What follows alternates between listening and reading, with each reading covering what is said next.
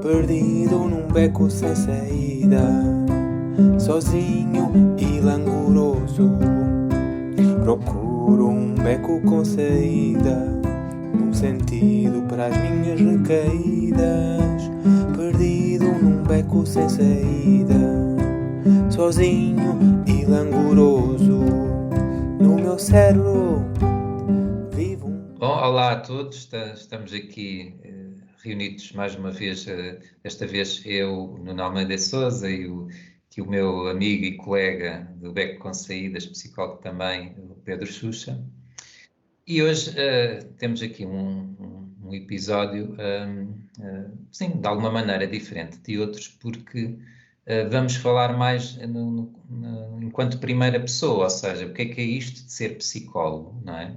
Eu sou, o Pedro é, e dá-nos a conhecer um bocadinho a experiência, sim, subjetiva, própria, de cada um de nós no dia-a-dia de ser psicólogo, eventualmente até falando o que é que nos levou a ser psicólogos, como é que está a ser psicólogo, as nossas expectativas também para o futuro da nossa atividade, os obstáculos, os desafios, enfim, os momentos bons, os momentos mais complicados, enfim, dar-nos a conhecer mais dessa forma, não tanto em termos curriculares, isso podem-nos fazer aí uma pesquisa na internet e apanham o nosso currículo e, portanto, facilmente poderão, ou até fazerem-nos alguma pergunta mais concreta, enviar-nos um e-mail e nós podemos também revelar esses aspectos mais práticos do currículo, mas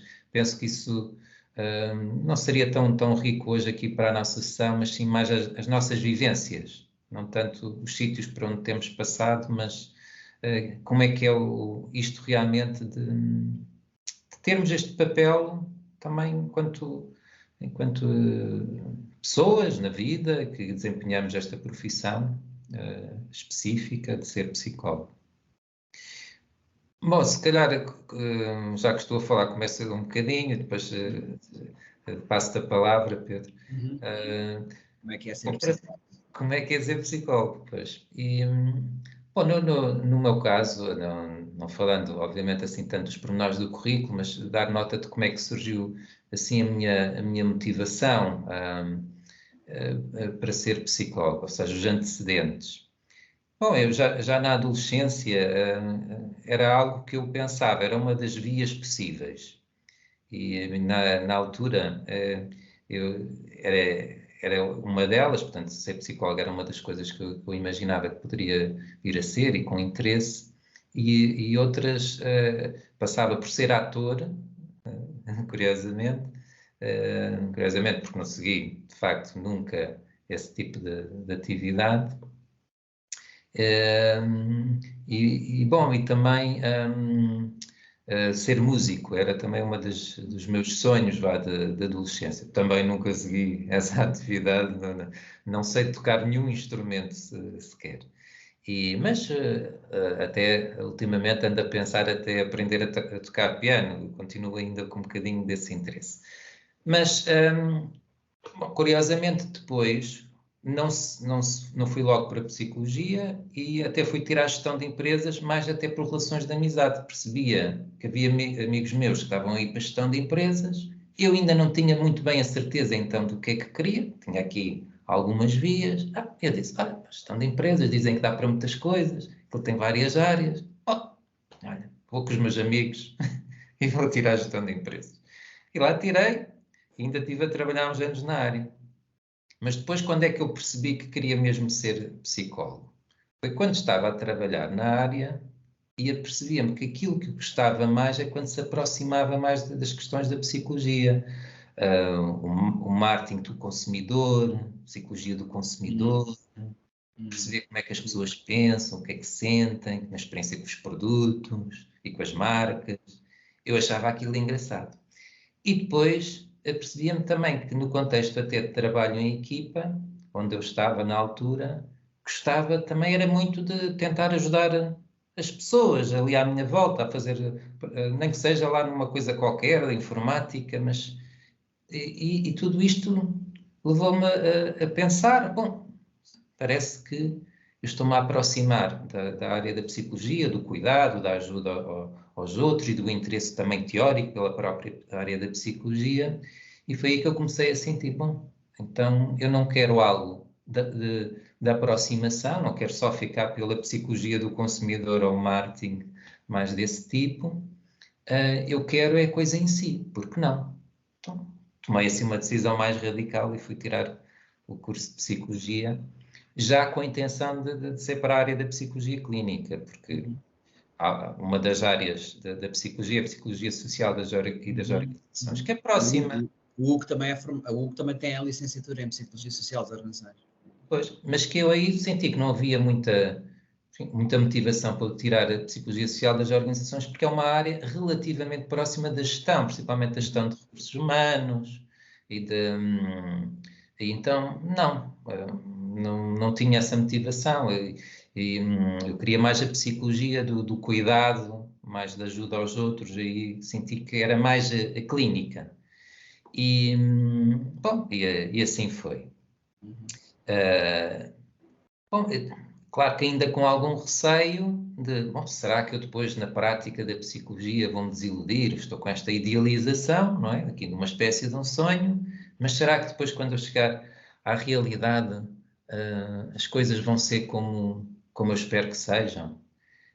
Bom, eu tenho-me apercebido que sim, apesar de nos primeiros tempos, tenho trabalhado mais em contexto de consultas de psicologia clínica, mais nessa vertente psicoterapêutica, depois também especializei-me mesmo enquanto psicoterapeuta, mas no início, bom, senti ainda algumas dificuldades, não é? Dificuldades de perceber como ajudar, ainda estava depois algo ainda a tentar perceber o meu estilo também enquanto terapeuta, nos primeiros tempos da profissão. É também um tempo onde as dúvidas se colocam mais, ajudar pessoas também traz muita responsabilidade. Então senti isso ali nos primeiros meses, ou primeiro ano de atividade. Hoje em dia, felizmente, já não sinto assim tanto essas questões das dúvidas, mas continuo a sentir o peso da responsabilidade. Aquilo que nós dizemos ou que não dizemos numa sessão pode ter um efeito relevante nas pessoas que acompanhamos, não é? Também pelo papel em que estamos ali, não é? Um papel de ajuda em que também nos é atribuído um conhecimento especial, mesmo que possamos até falar um bocadinho sobre isso, que não somos detentores da verdade ou da pessoa que acompanhamos, estamos ali a tentar compreender e, portanto, as coisas que possamos dizer devem também ser, de alguma maneira, até relativizadas, não serem consideradas ali quase umas verdades universais, não é? Mas continua a haver também, sim, um pouco essa questão da responsabilidade, não é? E na minha prática, assim, os momentos que me custam mais são os dropouts, quando acontece, não é? E às vezes acontece, pois, acontece a todos, e os dropouts, quando não há possibilidade, quando a pessoa não quer ter a última sessão para fazer um balanço, eu aí questiono-me muito. O que é que se passou? Será que foi alguma coisa que eu disse ou que não disse? E como eu gostaria de ter aquela última sessão, não é? Para fazer um bom desfecho, no mínimo, com a pessoa, fazermos um balanço, percebermos o que é que não correu assim tão bem. Bom, seria bom para mim, até para eu repensar e aprender também com aquela pessoa, de alguma maneira, alguma coisa que não correu ali tão bem que eu pudesse corrigir numa próxima intervenção com alguém, em termos de psicoterapia. Aí fico a pensar e então pessoas que não concluem o processo comigo, que interrompem, eu sou capaz de pensar nelas durante muito, muito tempo e se calhar até toda a vida. Portanto, fico a pensar o que é que se passou e será que aquela pessoa está bem? Até porque, como não houve a última sessão, houve um corte abrupto, não é? O que é que se passou? Não é? O que é que se passou na vida daquela pessoa? Será que foi comigo? Será que foi da relação? Será que foi na vida daquela pessoa? Então fico preocupado, não é? E, pois, Nessas circunstâncias tento de alguma maneira comunicar, enviar pelo menos enfim, uma mensagem na nota, como será importante fazer um ponto de situação, ter mais uma consulta para se poder falar sobre o momento em que se está a passar na psicoterapia, enfim, e eventualmente fazer o desfecho, se for essa a vontade da pessoa. Mas as pessoas podem não nos responder, não é? Ou responderem só de forma vaga. Então, isso é a parte mais difícil para mim quanto psicólogo, é quando isso sucede. Ok, isso que tu estás a falar é muito pertinente, porque também a parte às vezes mais difícil também como psicólogo, às vezes é quando nós damos alta, ou quando nós achamos que aquela pessoa já consegue fazer o caminho por si, sozinha, portanto já não precisa de uma muleta, que o psicólogo às vezes é uma muleta, mas não tem que ser uma muleta para toda a vida, não é? Não tem que ser uma muleta eternamente parte para toda a vida, não é? E quando nós realmente damos então alta, vá lá, se assim podemos dizer, e eles, já me aconteceu várias vezes comigo, choram e não querem, portanto, queriam continuar, parece que já ficam ali um pouco dependentes também daquilo que estava ali a acontecer, da relação, do sentido da relação que havia comigo, neste caso, aquele espaço, aquele setting, aquele ambiente específico e natural, já estavam habituados àquilo e à minha conversa e ao facto de eu estar ali para eles, estar por mim, não é? Com aquela reciprocidade ativa, não é? Que eu tenho muito isso com eles, gosto muito de os ouvir, mas também gosto muito de dizer algumas coisas que eles às vezes não estão habituados a ouvir, portanto, e então cria-se ali alguma autodescoberta e cria-se ali também alguma, além de psicólogo também sou amigo deles, não é? Sou amigo deles, percebem que eu sou amigo deles e que gosto deles, eu estou ali para eles, e estou ali para prestar ajuda a eles, mas estou ali e farei sempre tudo aquilo que puder para ajudar eles, portanto. E muitos não estão habituados a que ninguém os ouça, ou que ninguém, que ninguém estejam ali para eles a 100%, às vezes até emitem opiniões, fazem juízos de valor, às vezes as pessoas dizem coisas e nem sempre é como o psicólogo acaba por ouvir e acaba por aceitar e respeitar. E muita gente não faz isso, não é? Como é lógico, mas o psicólogo, à partida, terá que o fazer. E então as pessoas sentem-se também bem com esta parte, não é? Que eles podem dizer o que quiserem, mesmo assim não são negados, não há ali nada distorcido, são respeitados, são valorizados, são aceitos por isso. No entanto, essa parte mais difícil às vezes é quando, voltando à conversa, para dar alta, portanto, eles têm que ir à vida deles, portanto, não querem, choram e queriam continuar e agora não te vejo mais. Claro, por vezes passas aí, a gente vê-se e vamos nos encontrando por aí. Pedro, só para ajudar as pessoas que depois nos estiverem a ver e a ouvir, portanto, estás-te a referir muito ao contexto do teu trabalho com adolescentes, não é? Sim, eu acabei por não falar, assim, também já iria lá, mas sim, eu trabalho com adolescentes no agrupamento, também já exerci noutros contextos, também em pedopsiquiatria e também no departamento de pedopsiquiatria no hospital e também com adultos, em psiquiatria, e portanto já trabalhei em vários contextos como psicólogo. No entanto, agora no agrupamento de escolas, sim, com os adolescentes isso acontece várias vezes, não é? Quando realmente há o encerramento do serviço de psicologia, tendo em conta que ele está, ou ela, estão perfeitamente bem, vá lá, para poderem fazer o caminho sozinho e não há nada ali que os impeça de poderem ter, agora fazer a sua vida normal, portanto, ou havia situações de ansiedade, ou havia situações de alguma instabilidade emocional, seja o que for, ou situações familiares, etc., mas pronto, eles agora já estão melhor, então ficam muito destroçados e tudo quando o serviço de psicologia acaba. No entanto, ser psicólogo é realmente um trabalho de grande impacto de responsabilidade social, na minha opinião. É um trabalho que há esta conduta também de responsabilização, conduta de ética, de normas, de regras, e é importante que eles percebam que nós estamos ali para eles e que é uma conversa entre nós, quer dizer, só se por acaso aquela pessoa colocar a sua integridade física ou houver alguma coisa que a gente perceba que ele não está mesmo muito bem ou ela e pode fazer mal a ele, e é que nós temos que falar então aos seus familiares, não? Aos seus pais, aos seus cuidadores. Não? No entanto, estamos a falar de adolescentes, não é? Quando é crianças mais pequeninas, como é lógico, as coisas são diferentes.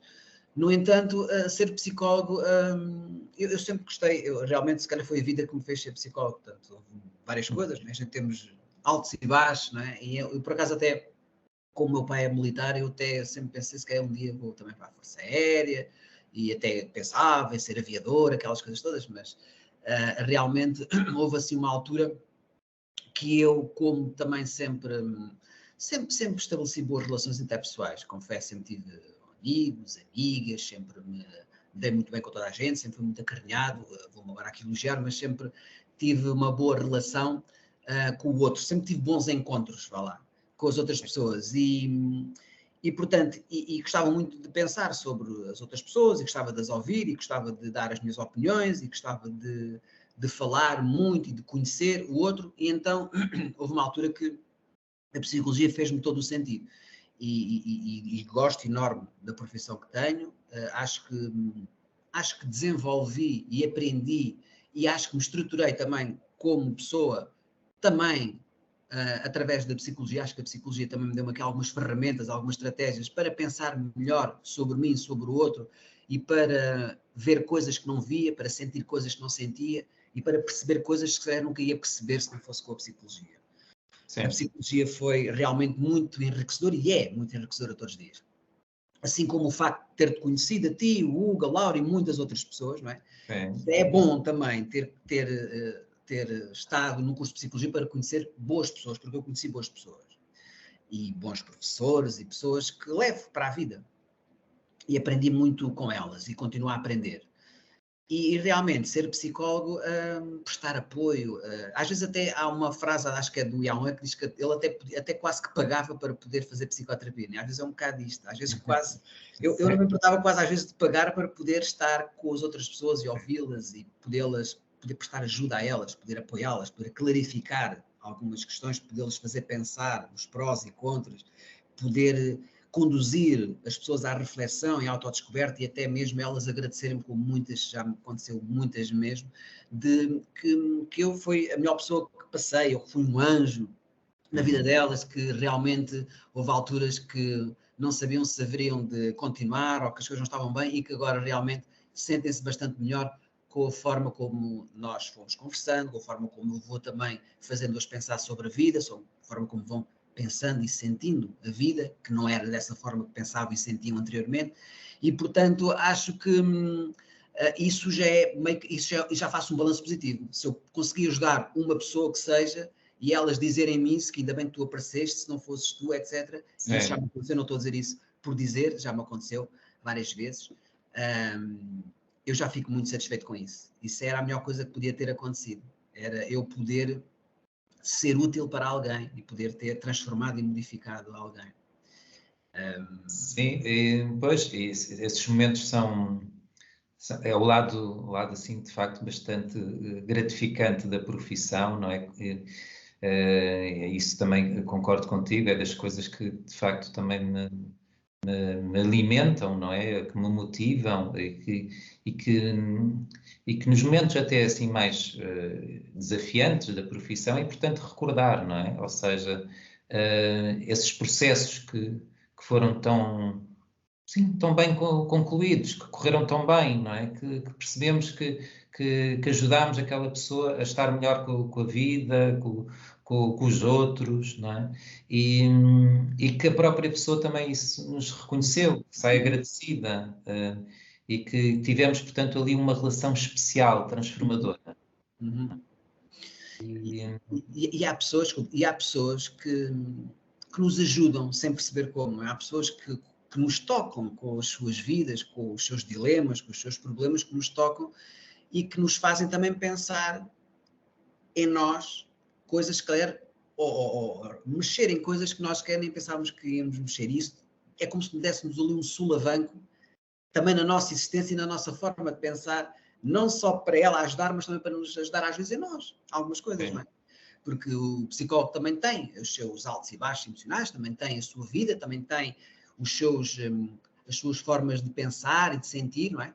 E então o facto de nós trabalharmos com pessoas que têm os seus problemas, são os seus dilemas, também nos faz às vezes, pensar em nós e poder nos ajudar sem eles perceberem que nos estão a ajudar. Às vezes dizem coisas tão boas, não é? Às vezes os alunos ensinam os mestres, é um bocado assim. Isso é muito... Dizem-nos coisas às vezes tão boas e tão interessantes que nos fazem pensar como é que é possível ele ter-me dito uma coisa dessas e tão perfeita e tão inteligente, não é? Isso é muito interessante e realmente sucede, porque como estamos a lidar com temas humanos, seja ele qual for, uma separação, um luto, ou um divórcio,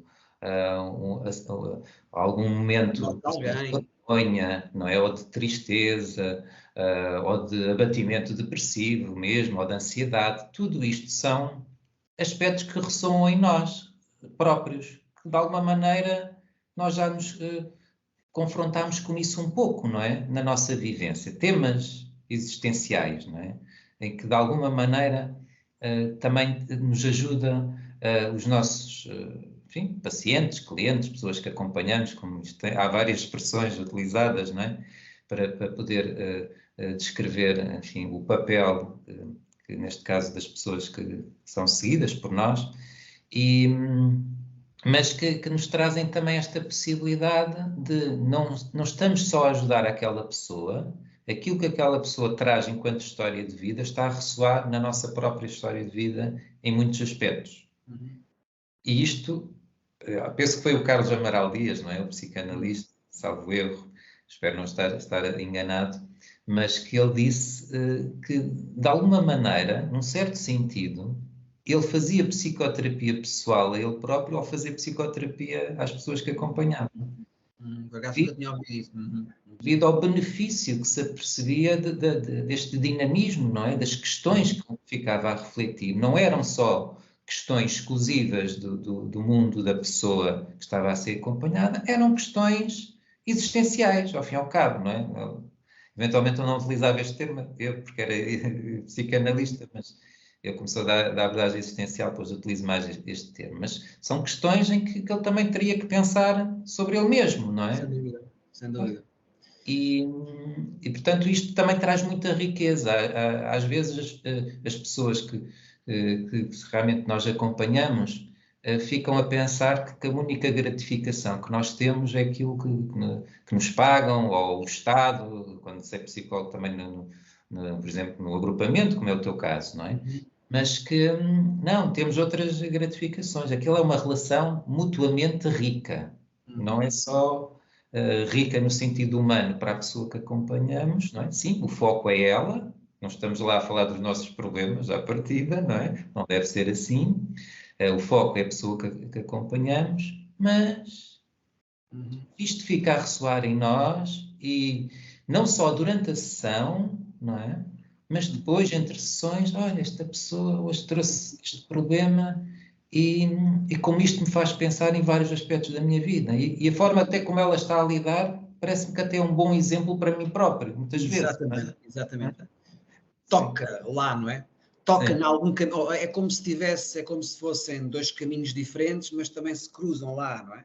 Se cruzam lá no fim, não é? Que tocam, não é? Que há algumas coisas que nós às vezes vamos ouvindo, vão-nos fazendo sentido e também têm ali alguma semelhança com algumas coisas que nós também já passamos ou que nós também já vivenciámos. Claro que cada pessoa tem a sua história de vida, tem a sua forma de pensar, as pessoas não são todas iguais, mas há ali momentos e há ali coisas que nos dizem, que nos faz pensar em nós, que nos faz realmente, se calhar, refletir de forma diferente sobre aquilo que nós temos feito e agora vamos fazer diferente, porque isto agora, o que esta pessoa me disse e que também vivenciou, faz-me aqui pensar aqui numa coisa diferente, se calhar até para mim, que é engraçado.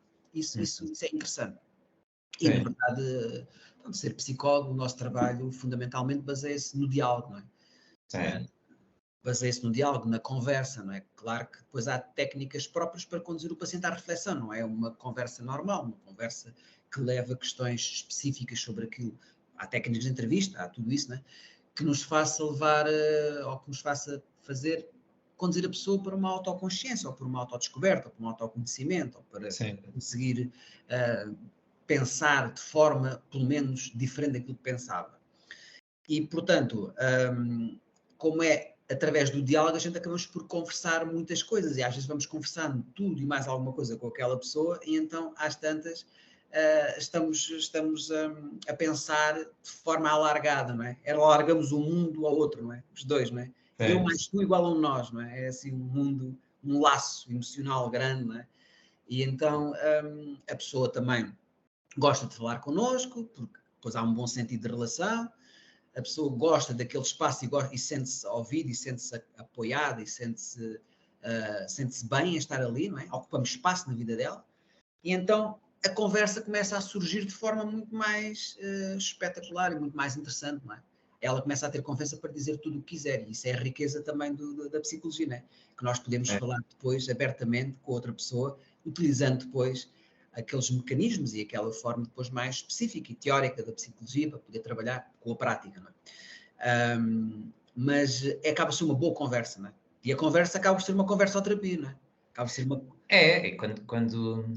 quando conseguimos, não é, enquanto relação terapêutica, alcançar essa qualidade, não é? Essa qualidade de uma abertura, de uma partilha tão grande, não é? Ao fim e ao cabo também de uma intimidade pelas palavras, comunicação da história de vida, né? Esta palavra intimidade muitas vezes está conotada com a sexualidade, mas aqui não é? Obviamente, aqui é a intimidade pelo facto de sentirmos muito próximos emocionalmente de quem seguimos. Exato. E esta é uma das questões que sinto eu sensíveis em mim, mas também sinto que em ti, mas tu dirás, não é, Pedro, que não são só relações profissionais, isto são relações realmente afetivas.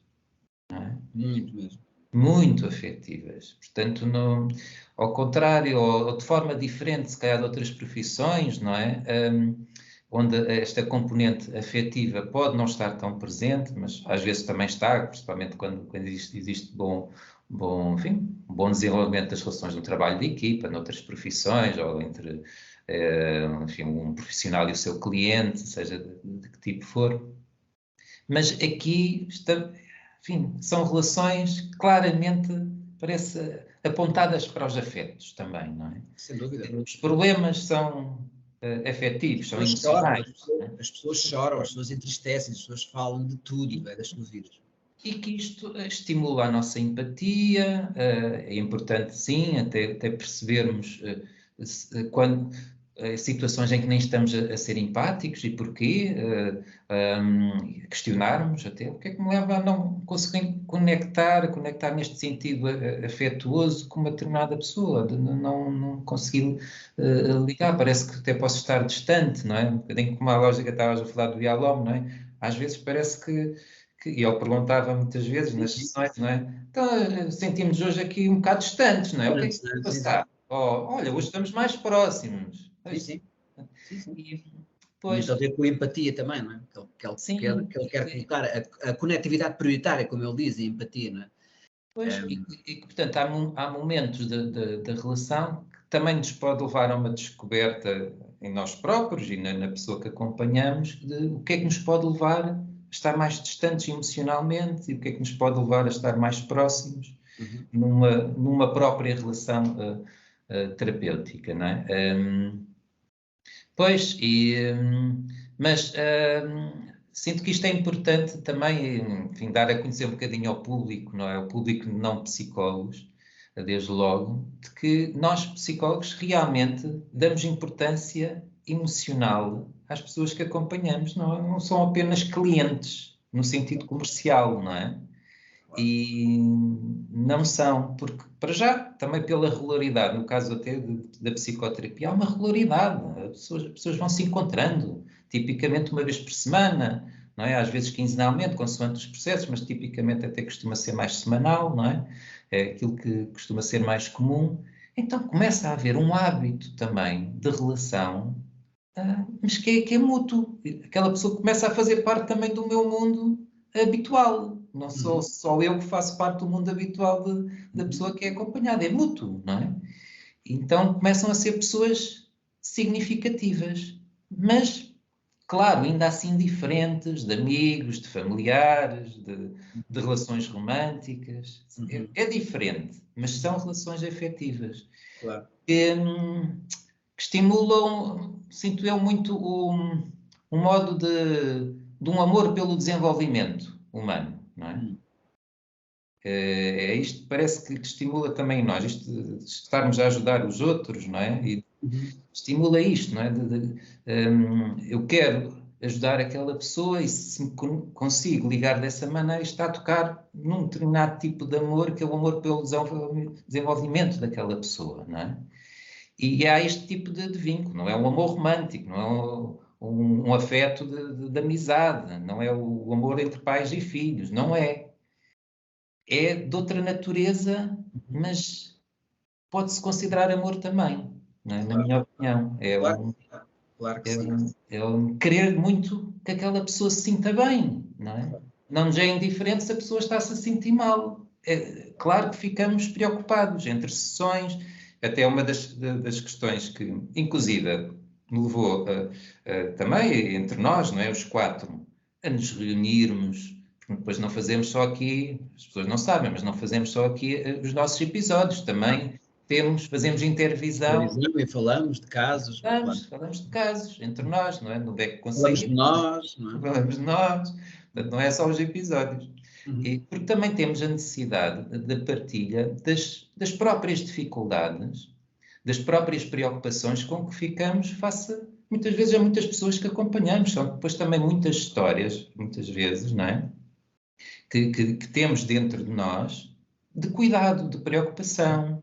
E, portanto, não é apenas na sessão que nos lembramos das pessoas. É entre as sessões, dia a dia, que nos vamos lembrando. Sem dúvida. O que tu estás a dizer, estava-me a pensar em várias coisas. Portanto, esta parte da intimidade, desta conectividade prioritária, para as pessoas não perceberem intimidade, levam logo para outras, mas esta afetividade, este amor, não é? Que há, não é?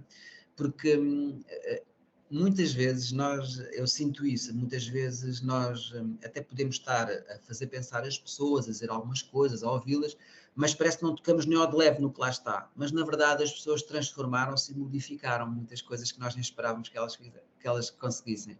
Isso está a ter muito a ver com o que eu estava a dizer, com o amor e com o afeto que nós criámos ali. Acho que houve muita entrega nossa. Acho que houve... às vezes nós, se for preciso, seguramos fisicamente uma pessoa, por exemplo, se a pessoa estiver a chorar ou se a pessoa estiver abalada com alguma coisa, não é? Saltamos para dentro da situação, é como se a gente improvisasse e falasse com o coração, e isso as pessoas modificam, esta natureza da relação, este afeto, este amor.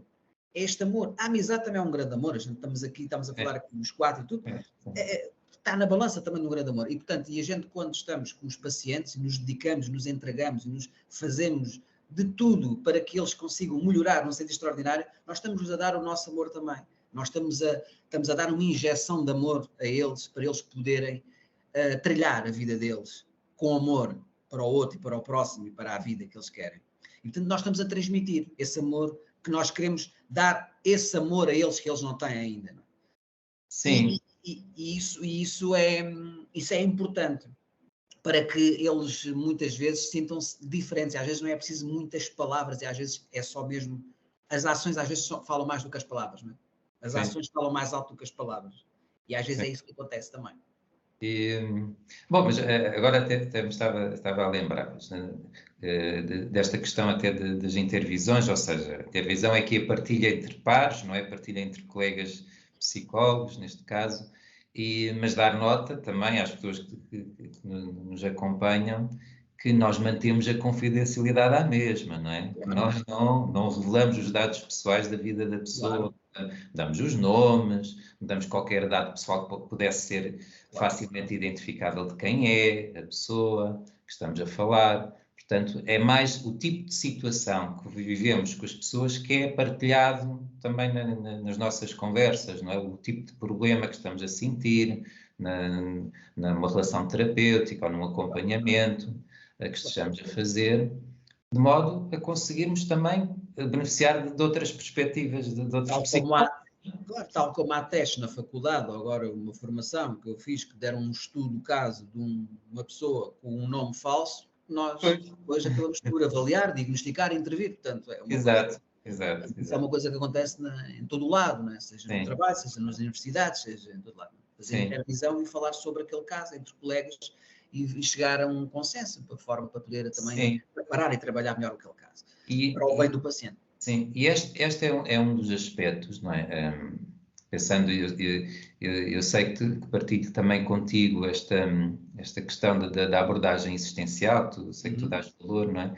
Que, enfim, uma das dimensões também da existência que todos lidamos é o isolamento existencial, não é? A ideia de estarmos sozinhos com o nosso também mundo próprio, face aos outros, que de alguma maneira somos nós que temos que tomar as nossas escolhas, ninguém pode tomar por nós. Bom, também esta ideia de um certo isolamento existencial, mas que é diminuído pela partilha, pela ligação com os outros, não é? Uma boa ligação com os outros. E na nossa profissão, se nós não partilhamos com os colegas e com colegas que ainda por cima se tornam amigos, como é aqui o nosso caso do Beco com Saídas, os 4, estamos aqui 2, mas há a Laura e o Hugo, que hoje não puderam estar aqui connosco, mas às vezes nós conseguimos estar os 4, outras vezes não. Mas se não tivéssemos esta possibilidade de partilha, tornaria bastante mais difícil a nossa profissão, porque a nossa profissão no dia a dia, em termos de responsabilidade, somos nós sozinhos com as pessoas que acompanhamos. Não trabalhamos em equipa normalmente, não é? Só às vezes, em alguns contextos assim mais próprios, por exemplo, estou a pensar da terapia de casal, em que há coterapeutas, não é? Há 2 terapeutas. Sim, ali há algumas circunstâncias especiais, não é? Ou possíveis em que isso sucede. Mas, tipicamente, na psicoterapia individual, que é até o meu caso habitual, daquilo que eu faço, estou sozinho a lidar com a minha profissão. Se eu depois não tenho um momento de partilha com os colegas, seria muito mais difícil eu ficar com as coisas das sessões sem poder partilhar com ninguém, seria bastante mais complicado. E até principalmente quando há os momentos que sinto que as coisas não estão a correr tão bem, não é? Como ainda há bocado estava a falar e que acontece a todos, bom, de vez em quando há alguém que desaparece, não é? Desaparece no sentido que não deixou de vir às sessões, não é? O que é que aconteceu, não é? Ficamos preocupados e é também assim um momento importante para intervisão ou supervisão, não é? Com um profissional mais experiente, um psicólogo mais experiente, poder tentar perceber, não é? O que é que da nossa prática pode ter contribuído para tal, não é? E também, de alguma maneira, trabalhar as emoções que ficaram, não é? De alguma forma, com a sensação de, olha, não conseguimos ajudar tanto aquela pessoa, ou ficamos com aquela sensação que não conseguimos, não é? E a incerteza do que é que aconteceu, que é outra questão também existencial, a incerteza, o que é que se passou com a pessoa, como há bocado também estava a falar, não é? Fica essa angústia, não é? Sim, não sabermos às vezes o que é que aconteceu com um determinado paciente, ou deixou de vir, ou deixou de falar, ou deixou de dizer qualquer coisa, não é? Parece que é uma desconfirmação. Ou às vezes até pode estar bem melhor do que o que estava e achou que Exato. não queria vir mais, estava bem, não é? Já estava bem. Mas não haver uma palavra, não haver nada, não é? Ficamos a pensar será que está bem? Será que aconteceu alguma coisa? Ou às vezes não tem condições para continuar, também pode haver a situação, não é? Para continuar na psicoterapia, porque às vezes também as sessões têm o seu valor e as pessoas às vezes podem não poder.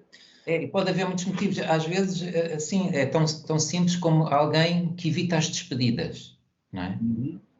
E que não quer se despedir, porque é de facto um momento também mais delicado, não é? E triste, a conclusão, traz um bocadinho de tristeza, apesar de haver também uma alegria, principalmente quando as coisas correm bem, mas também traz um bocadinho de tristeza a separação, ao fim de não sei quantas sessões, não é? E de uma relação que foi ali sendo construída, vai ser concluída, terminada, não é? E que traz, sim, essa emoção, muitas vezes, da tristeza, e há pessoas que fogem da tristeza, da despedida. Claro que sim. Nem sabem lidar com isso, não é? Fogem a isso. Sim. Não sabem como é que devem despedir-se da pessoa e dizer que qualquer coisa para terminar, não é? Ou agradecer, ou pois, sim. Sim. Mas enfim, quando assim é, também temos que naturalmente respeitar, não podemos forçar as pessoas a virem, não é? Podemos, quanto muito, recomendar, olha, que seria bom termos uma última sessão, não é? Isso penso que é importante, deixar essa nota para concluirmos, de facto, então, se for essa a sua intenção, a psicoterapia, porque senão é uma interrupção, é diferente de uma conclusão, não é?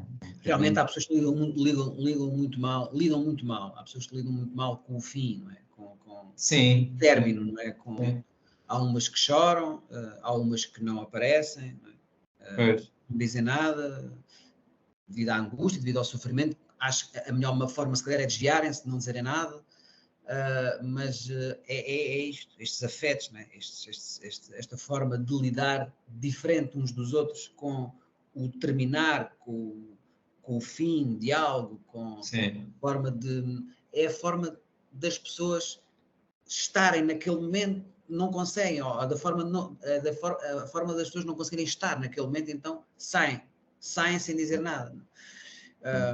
E isso nota-se às vezes, não é? As pessoas deixam de estar, deixam de vir, deixam de falar, e isso, alguma coisa se passa, não é? São afetos e são emoções que as pessoas não estão preparadas ou não conseguem lidar com elas, então a melhor forma é fugirem, se calhar, quase. Sim, e quem nós psicólogos, depois temos que fazer um luto enquanto cuidadores, não é? Que é difícil, aquela pessoa a quem nós estávamos a prestar cuidado, não é? E que de repente desaparece. Isto não, pelo menos para mim, não é um luto assim fácil. Eu tenho que andar ali a pensar e um pouco a remoer, não é? Nestas questões do luto, também destas interrupções abruptas, não é? Quando é conclusão, eu fico em paz. Ou seja, há qualquer coisa também que vem com uma certa paz. Posso ficar um bocadinho até, naturalmente, com alguma saudade de alguns pacientes, mas perceber que as coisas ficaram bem concluídas, não é? E que portanto, isso deixa-me em paz. Termos tido a possibilidade de ter havido o início, o meio e o fim, não é? Portanto, a coisa ficou concluída, não é? Claro. Houve um todo da relação terapêutica. Assim parece que falta uma parte. Claro. Há ali uma parte que foi-nos retirada, não é? Que é um livro inacabado. É como se estivéssemos a construir uma história e nós chegámos ao fim, não é? Ficaram as últimas páginas por poderem ser redigidas, não é? Ficou interrompido. E faz-me lembrar, em termos da música, como eu disse que gostava, apesar de não conhecer nenhum instrumento, mas gosto muito do Requiem do Mozart. E o Mozart não chegou a concluir o Requiem. Não é? Foi depois um discípulo dele que concluiu o resto do Requiem, não é? Mas, pois, faz lembrar assim qualquer coisa de uma obra inacabada, não é? E que, bom, neste caso não dá para ser concluída aquela relação terapêutica por mais ninguém, não é? Não dá, porque é uma história muito circunscrita àquelas duas pessoas, não é? A relação terapêutica. Bom... É sem dúvida muito difícil isso que estás a dizer. As histórias, tudo isso inacabado, não é? Agora estamos a deslizar um pouco, mas o silêncio acaba por ser às vezes uma desconfirmação, não é? A gente acabamos por perceber que há ali qualquer coisa, há ali um vazio, há ali um corte, há ali qualquer coisa. Não sabemos é mais nada e ficamos depois a pensar, não é? O que é que será, o que é que não será, o que é que foi, o que é que não foi. Portanto, isso fica tudo sempre a pairar, não é? É um vazio que tem que ser encerrado depois de uma forma, se calhar, também mais racional, para que não fiquemos ali, não é? A pensar o que é que foi, o que é que não foi, o que é que podia ter sido, sei lá. E na psicoterapia é a mesma coisa, não é? Portanto, se há o término, se não há um término, ou se não houve nenhuma conversa, ou se não houve nada, é uma coisa que fica ali inacabada e que nos leva a pensar outras coisas, e isso nunca é positivo. Agora, pois, estava a pensar que mesmo nesta questão, para mim, estas interrupções que sucedem, que não há possibilidade de serem bem concluídas, não é? Pois, torna-se ali um luto mais difícil, não é? Do que quando a relação é concluída, quando não ficou nada para ser vivido, não é? Os lutos são mais difíceis quando parece que faltou qualquer coisa para ser vivido, não é? E a pessoa fica a pensar mais nisso, não é? Agora, também dá nota que nós também vamos conseguindo ultrapassar também esses ditos lutos mais difíceis. Isto até para que as pessoas também entendam que também têm essa legitimidade de interromper, não é? Que nós também depois sabemos cuidar, enfim, saber fazer esses lutos um pouco mais difíceis, que são das interrupções. Quando há uma conclusão, uma história com sentido do princípio até ao fim, pois é mais fácil fazer o luto, fica resolvido. conhecermos melhor a história. Quando nos falta uma parte da história, é um pouco mais difícil. Claro. É um pouco mais difícil. Isto faz-nos lembrar, às vezes, algumas pessoas que perderam entes queridos, mas nunca sabem onde é eles, o que é que lhes aconteceu. É um pouco isso, sim. Mães que perderam filhos, ou outras tragédias, situações dramáticas, não é? Que nós temos ouvido às vezes também na comunicação. Por exemplo, aquele acidente de entre os rios, da ponte entre os rios, que aconteceu há muitos anos, não é?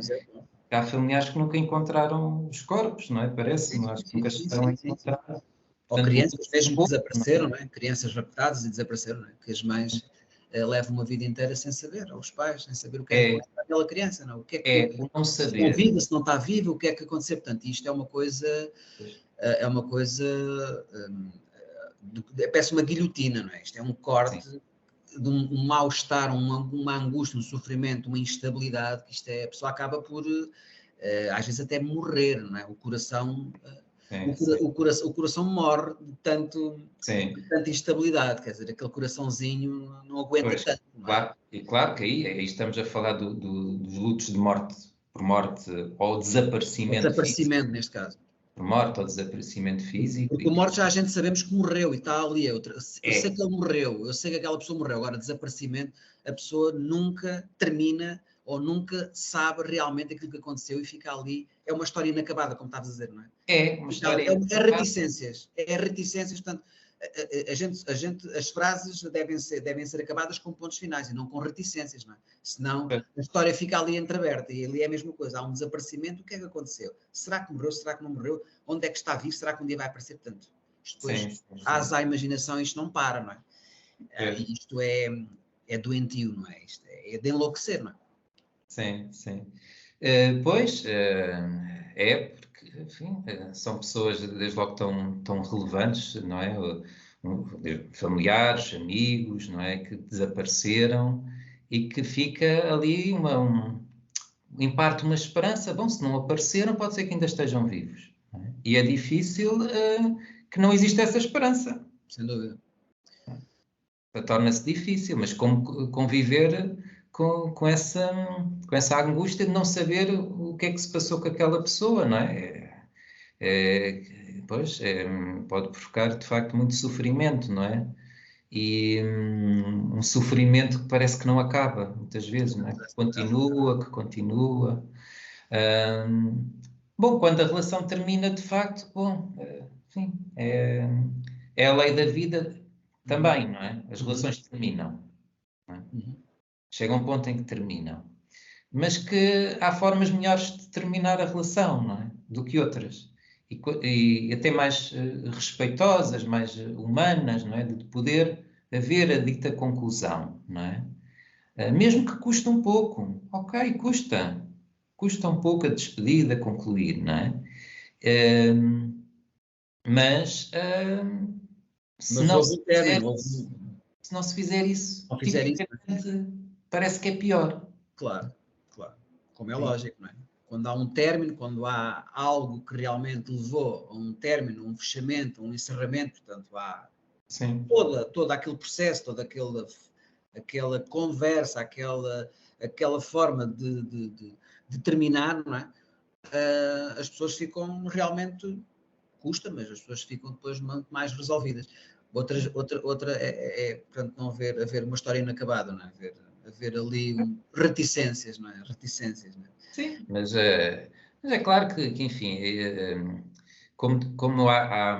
Desculpa, ser psicóloga é também um pouco falar depois destas coisas todas, não é? Já estamos ser psicóloga é lidar com isto, é lidar com aquilo que nós ouvimos, é lidar com tudo aquilo que nós ouvimos todo o tipo de situações e problemáticas diversificadas na área da saúde mental, e também com histórias também, dos próprios psicólogos também têm as suas histórias, e isso também é interessante, não é? A forma de pensar sobre o outro, pensar sobre nós, e tudo isto é interessante, não é? O desaparecimento, o luto, não é? Este estado emocional, por vezes invasivo no ponto de vista de a gente não saber como é que às vezes devemos lidar com certas determinadas situações, até que ouvimos, não é? Porque as pessoas também, por vezes, têm situações muito delicadas, muito complexas, não é? E cada pessoa tem a sua forma de pensar e de estar e de sentir, e portanto temos de ter esse cuidado, não é? É quase, desculpa a expressão, é quase uma cirurgia quase psicológica, não é? É quase um soro, é um soro psicológico que está-se ali a colocar muito cuidadosamente, porque a pessoa está muito abalada, e estas situações de lutos, de desaparecimentos, e a pessoa, é difícil, não é? Trabalhar e lidar às vezes com situações difícil, e é nessas circunstâncias, pois, enfim, estamos a falar aí desse exemplo por um acidente, não é? Portanto, qualquer coisa que não foi ao nível de uma escolha consciente da pessoa que desapareceu, não é?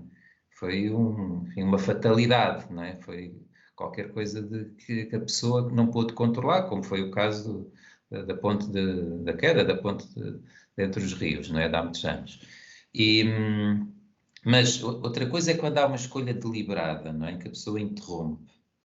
Mas, curiosamente, é isso, que interrompe aqui, neste caso, uma relação terapêutica, mas, curiosamente, é isso que depois também me ajuda a aliviar ou construir o próprio luto inacabado. É lembrar-me, essa foi a escolha da pessoa. E, portanto, certamente ela tinha razões e ela sentiu que foi o melhor para ela ter terminado a relação daquela maneira. Da maneira como fez, interrompendo, não havendo despedida. Depois ajuda-me, ok? Foi a forma como a pessoa quis. Eu teria preferido de outra maneira, ou achar que seria melhor para a relação de outra forma, mas também é legítimo lembrar que aquela pessoa, com a forma como pensa e sente, escolheu que era melhor para ela interromper em vez de concluir. Não é? Fazer um corte abrupto e não uma última sessão, pelo menos, de conclusão mais clara, mais às vistas, não é? Mais visível, mais entendível, mais compreensível, não é? Quando eu me lembro disso, isso ajuda-me, nesses momentos em que há esse tipo de cortes. E, portanto, também é por aí que sinto que se vai fazendo esse luto, é pela aceitação também, ok? Paciente, a pessoa acompanhada que quis dessa maneira, bom, é uma escolha em liberdade dela, temos que aceitar. São realmente situações delicadas, essas por vezes que os psicólogos também se enfrentam, não é? E que lidam muitas vezes no trabalho, não é? Os lutos, as mortes de entes queridos, os desaparecimentos, não é? E este estado emocional, não é? Muito oscilante, muito instável, não é? Que as pessoas ficam às vezes sem saber como é que há de lidar com este tipo de situações, que é perfeitamente normal. No entanto, ser psicólogo é realmente um trabalho, na minha opinião, maravilhoso, enriquecedor, inspirador. O facto de podermos transformar, modificar, fazer pensar a algumas pessoas coisas que elas nunca tinham pensado, e poder elas fazerem uma vida diferente daquilo que faziam, para melhor, isso é muito gratificante. Sim, a essência sinto eu, da nossa profissão, pelo menos na minha interpretação, é de facto, também para mim, percebida como qualquer coisa de maravilhoso, sim, que me anima para a profissão, que é esta ideia de que estamos na profissão a trabalhar para o desenvolvimento de boas relações humanas. Não é? Este é o foco, não é? É claramente o foco. Trabalhar para o desenvolvimento de boas relações humanas. Contribuir para a humanidade dessa forma, não é? Para que a humanidade funcione melhor na relação uns com os outros. Então isto também tem este lado belo da profissão, não é? Estamos no... A pessoa pode mudar-se a si para melhor, mas também mudar o mundo para melhor, não é? Isto é um bocado o Frankl que fala isso. Sim, e estamos a construir, ou estamos nesse modo, nesse modo de contribuir para o desenvolvimento de boas relações, não é? E, bom, e portanto, sinto a nossa profissão, de facto, como muito relevante, não é? E, inclusive, em momentos de maior agitação social, ou momentos de maior sofrimento social, como foi até realmente o caso da pandemia, não é? O isolamento, como as pessoas precisavam também de serem ajudadas, muitas delas, não é? Ficaram mais ansiosas, outras mais deprimidas, não é? E portanto, restabelecer, não é, esses vínculos, não é? E bom, no meio da pandemia o que nós tínhamos era as videochamadas, porque também nós vamos todos para casa, inclusive os psicólogos, não é? Houve momentos em que tivemos que estar também confinados, não é?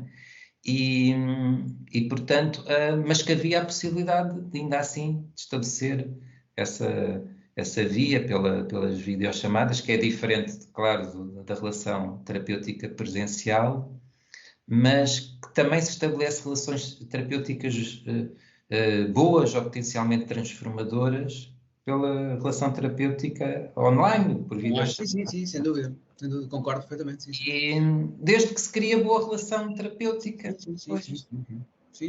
O contexto é diferente, tem nuances, tem formas de estar de maneira diferente, mas funciona. Sim. Mas é aquilo que se tem percebido, que também o modo de videochamada também funciona para a psicoterapia, não é? E, bom, e hoje em dia parece-me que, de facto, é cada vez mais utilizado, não é? Está um antes e depois da pandemia, não é? Aqui na nossa profissão. Sem dúvida. Até mesmo o Ialon chegou a falar e às vezes há pessoas que têm o nosso número de telefone e às vezes enviam umas mensagens e nós temos que enviar a mensagem, retrocar a mensagem. Às vezes isso é uma aragem de ar fresco. Uma mensagem pode ser completamente modificador. E as mensagens ficam escritas, não é? A pessoa pode ir lá e ler novamente aquilo e sentir-se muito mais confortável, muito mais... sentir-se com um bem-estar psicológico muito melhor do que o que estava, portanto, e isso até nas SMS pode ser transformador, pode ser modificador naquele momento, não é? A pessoa retrocar, enviar uma mensagem e retrocar no passado um tempo, ou retrocar, a pessoa percebe que não se esqueceu dele ou dela, e portanto, e há ali uma mensagem ali a apaziguar, ou uma mensagem ali de apoio, de conforto, de carinho, de atenção, de estima, quer dizer, e a pessoa sente-se bem, ou qualquer coisa que a faça pensar numa mensagem, não é? Uma conversa, umas palavras, umas poucas palavras boas, não é? São modificadores, não é? De ânimo e de formas de pensar, portanto, e isso também pode ser transformador, ou seja, a terapia também, através às vezes de uma mensagem ou outra, também pode ser bom, e isso está lá escrito, a pessoa se quiser até pode tirar aquilo e meter na porta do frigorífico e ver. Portanto, as palavras, quer dizer, e nós trabalhamos com as palavras e com as frases, faz sentido. Sim, e não raras vezes, sim, é necessário trocar algumas mensagens com as pessoas que acompanhamos, por vários motivos. Há necessidade de remarcar sessões, mas às vezes também há desabafos das pessoas que acompanhamos, que trazem informação clínica através de mensagens escritas e que nos leva a pensar também como responder através desse meio, apesar de não ser uma sessão, uma consulta, não é? De psicologia clínica através da mensagem escrita, mas convém dar, sim, uma resposta que seja suficientemente acolhedora, mas que também, eventualmente, às vezes, que também aponte, enfim, mas depois, claro, falaremos um pouco melhor na sessão, no contexto mais próprio, né? Mas não quero deixar de dizer isto ou aquilo mesmo na mensagem, porque às vezes pode ser realmente importante, outras vezes não, mas depende da pessoa, não é? Há bocado, assim, estávamos a falar que tu acompanhas adolescentes, bom, eu também, mas tu até acompanhas muitos no contexto escolar, não é? E eu também acompanho adultos, e tu também acompanhas alguns adultos, não é? E, bom, mas que nos adolescentes, é difícil que só haja contacto ali naquele atendimento, não é? Eles estão lá no meio das tecnologias e gostam, não é? E estão tão habituados no contacto pelos telemóveis que também ficam à espera que o psicólogo, de alguma maneira, psicólogo ou psicóloga, isto, aqui somos 2 psicólogos, é por isso que estou a falar aqui no masculino, não é? Mas que o psicólogo ou psicóloga, de facto, depois também tenha, enfim, participe um bocadinho, que se aproxime da experiência deles no mundo, porque senão fica também um distanciamento muito grande, não é? E temos que nos aproximar também um pouco do mundo deles, das pessoas que acompanhamos, da forma como eles estão. E se não nos aproximamos o suficiente, depois, como é que depois a relação também pode funcionar? Bom, temos que ceder também um bocadinho, às vezes, não é? Em alguns preconceitos quase que temos daquilo que deve ser o melhor, não é? Para determinada pessoa, se calhar é melhor, às vezes, uma mensagem, responder de uma determinada maneira a uma mensagem. Aquilo pode ser importante, até porque lhe custa esperar pela próxima sessão, enfim, e aquilo dá-lhe ali um alento. Outra coisa é estarem a nos enviar montes de mensagens no mesmo dia, na mesma semana. E temos que depois trabalhar isto na consulta. Agora, há ali uma mensagem ou outra entre sessões, e principalmente quando percebemos que a pessoa está ali a passar por um momento mais difícil, bom, também não responder ou só dizer, então falamos disso na sessão. Isto é capaz de ser muito duro, não é? E se calhar a pessoa precisa de um bocadinho mais qualquer coisa. Não é uma consulta por mensagens escritas, mas um bocadinho de qualquer coisa, não é? É isso mesmo. É isso mesmo. Isso acontece algumas vezes, não é? Sim. A pessoa ao tentar enviar uma mensagem por uma situação de remarcar ou não ir àquela do atendimento, etc., ou alguma coisa depois de um desabafo que diz, e então nós retrucamos com outra palavra de conforto e a pessoa sente-se melhor e fica com palavras mais de conforto. Há distância, há esse tipo de distância, ou seja, quando não estamos em sessão, sim, é mais o conforto, não é? É mais qualquer coisa que ampare quando há qualquer coisa que vem entre sessões, não é? A pessoa precisa, pelo visto, ali de qualquer coisa que a ampare, que console. E, bom, precisamos de perceber que essa é a necessidade que está ali, não é? E podemos depois até falar sobre isso. Parece que precisou de um pouco do meu consolo, não é? Há dias, naquela troca de mensagens. Podemos depois também trabalhar isso, não é? Mas pode ser uma necessidade da pessoa, e se estamos a querer também ajudá-la, bom, também não ir ao encontro dela, eu sinto que é muito duro, não é? Pois. Sem dúvida, esta capacidade contentora e securizante, por vezes, faz com que as pessoas também sintam-se melhor. Bem, não sei, a gente... Eu estava a pensar também um bocadinho. Íamos por aí fora. Vamos então terminar. Foi bom e havemos de falar novamente, se calhar, sobre este tema, porque havia muito mais para falar sobre ser psicólogo. Ser psicólogo é realmente um mundo, não é? Que a falar há um leque abrangente de coisas que nunca mais acaba para falar. Ser psicólogo é realmente uma profissão muito enriquecedora, muito gratificante, e que há sempre muita coisa para poder falar, para poder refletir sobre tudo isso, e um dia pode ser que nós consigamos novamente falar sobre este tema, que acho que é um tema sempre bom. Ser psicólogo, há sempre muito para falar. Sim, bom, e obrigado, Pedro, por teres também partilhado aqui comigo esta comunhão de experiências, não é? Da nossa profissão. E, bom, e um abraço a ti, um abraço a todos que também... Um forte abraço também a ti e a todos que nos veem, aos nossos colegas. Sim, e aos nossos colegas, claro, aqui também do Beco com Saídas. E, bom, então até breve. Tudo a correr bem. Tudo a correr bem contigo. Obrigado.